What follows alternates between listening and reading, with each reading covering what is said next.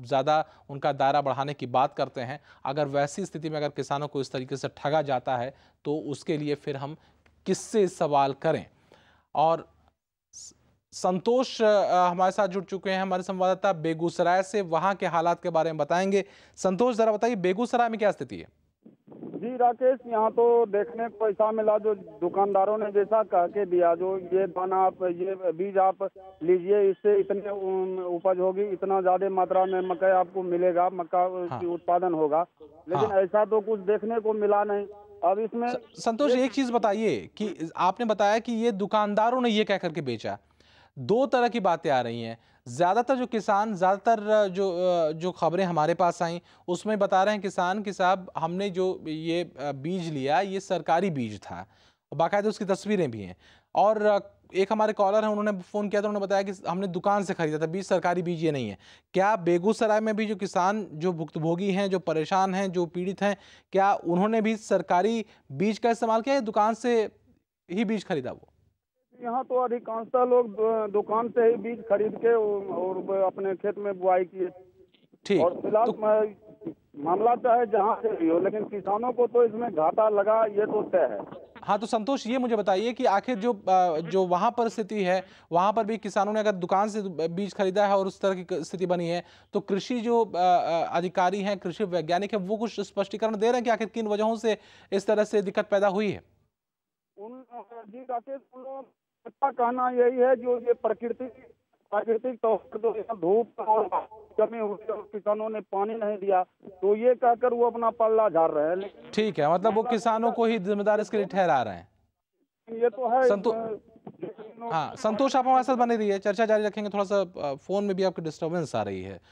इस वक्त हमारे साथ एक और कॉलर जुड़े हुए हैं, सिद्धार्थ कुमार जी हैं। वो भी कुछ कहना चाहते हैं। सिद्धार्थ जी, स्वागत है, बताइए क्या कहना है आपका? जी, मेरा कहना था कि जो भी किसानों को प्रॉब्लम्स हो रही है उनके लिए एडिक्वेट कंपनसेशन के लिए पीआईएल फाइल कर लेना चाहिए। हाँ, खास करके ये दिक्कत हो रही है, आपको क्या लगता है कि कहाँ जी, मुझे दिक्कत? ये लगता है कि ये जो है, ये कहीं ना कहीं प्रशासन की अनियमितता का अंजाम है, क्योंकि ये जो बीज जो भी आते हैं ये सब फूड कॉर्पोरेशन से रजिस्टर्ड होकर के आते हैं, तो कहीं इसकी हाँ, जांच होनी चाहिए मेडिकल तौर पर। मैं ये हाँ। चाहता हूँ। तो बहुत शुक्रिया सिद्धार्थ जी, आपने हमें फ़ोन किया। आपने एक अहम राय यहाँ पर रखी है कि ऐसे मामलों की जांच होनी चाहिए, क्योंकि बड़े पैमाने पर किसान प्रभावित हो रहा है। और सिर्फ प्रभावित नहीं हो रहा है, सिर्फ आज या कल की बात नहीं है।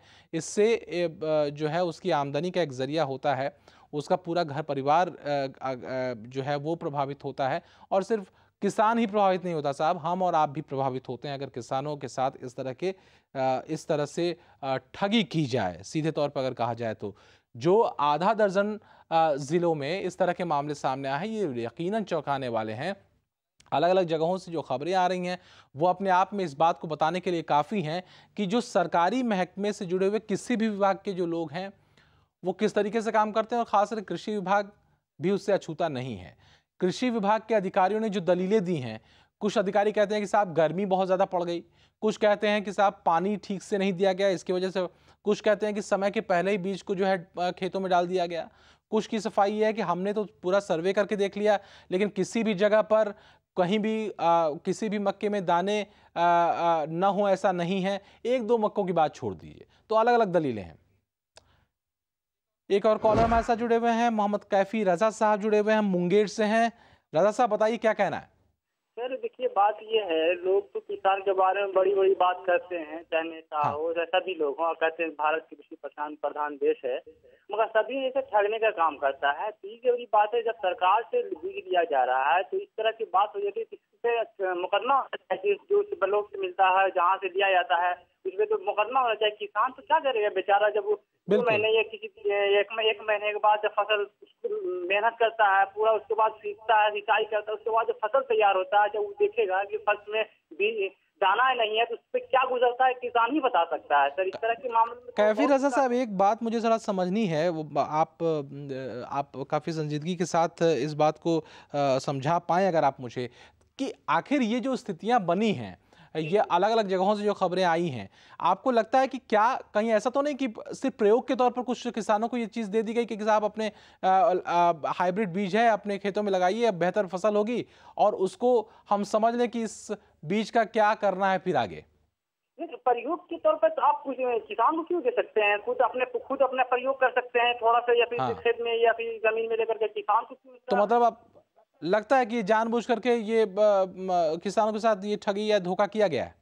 जानबूझ के भी किया सकती है, शायद हो सकता है कि सरकार जिस कंपनी से बीज खरीदती है तो उसमें कुछ घपला हुआ होगा, नहीं मेरा बीज ही लिया जाए, इस तरह की बात होती है सर। ठीक। इस तरह की बात नहीं हो सकती। किसान बहुत मेहनत करता है फसल के पीछे। बिल्कुल, कुछ बिल्कुल। इंतजार के बाद जब बीज नहीं खाना नहीं आता तो उसके अंदर बहुत उसी से वही बताइए, किसान ही बता सकता है कि उसके अंदर क्या गुजरता है सर। बिल्कुल। मोहम्मद कैफी रजा साहब हमारे एक दर्शक जो कि बहुत अहम मुद्दे उठा रहे हैं कि इस बात की जांच ज़रूर होनी चाहिए। आप एक जो किसान है वो एक पूरा जो भी एक सीज़न में वो अपनी किसानी करता है पूरी मेहनत के साथ, पूरी ईमानदारी के साथ, पूरी तल्लीनता के साथ, और उसके बाद अगर अल्टीमेटली अगर कुछ उसको हासिल न हो तो इससे आप अंदाज़ा लगा सकते हैं कि किस तरह का उसके लिए शॉकिंग स्थिति होगी, किस तरह से हतप्रभ हो जाएगा वो। और दिक्कत इस बात की है कि इस दिशा में एक बड़े पैमाने पर अगर किसान परेशान हो रहे हैं और उसके बाद भी अगर सरकारी अधिकारियों को जो है जवाब नहीं सूझ रहा है, अगर जो जवाब दिया जा रहा है वो बिल्कुल सरकारी मलम्मा उस पर चढ़ा हुआ है, तो आप समझ सकते हैं कि ऐसी समस्याओं का निराकरण करने की दिशा में कोई ठोस कदम उठाया जाएगा, इस पर आप संदेह जता सकते हैं। हम फिलहाल संदेह ही जता रहे हैं।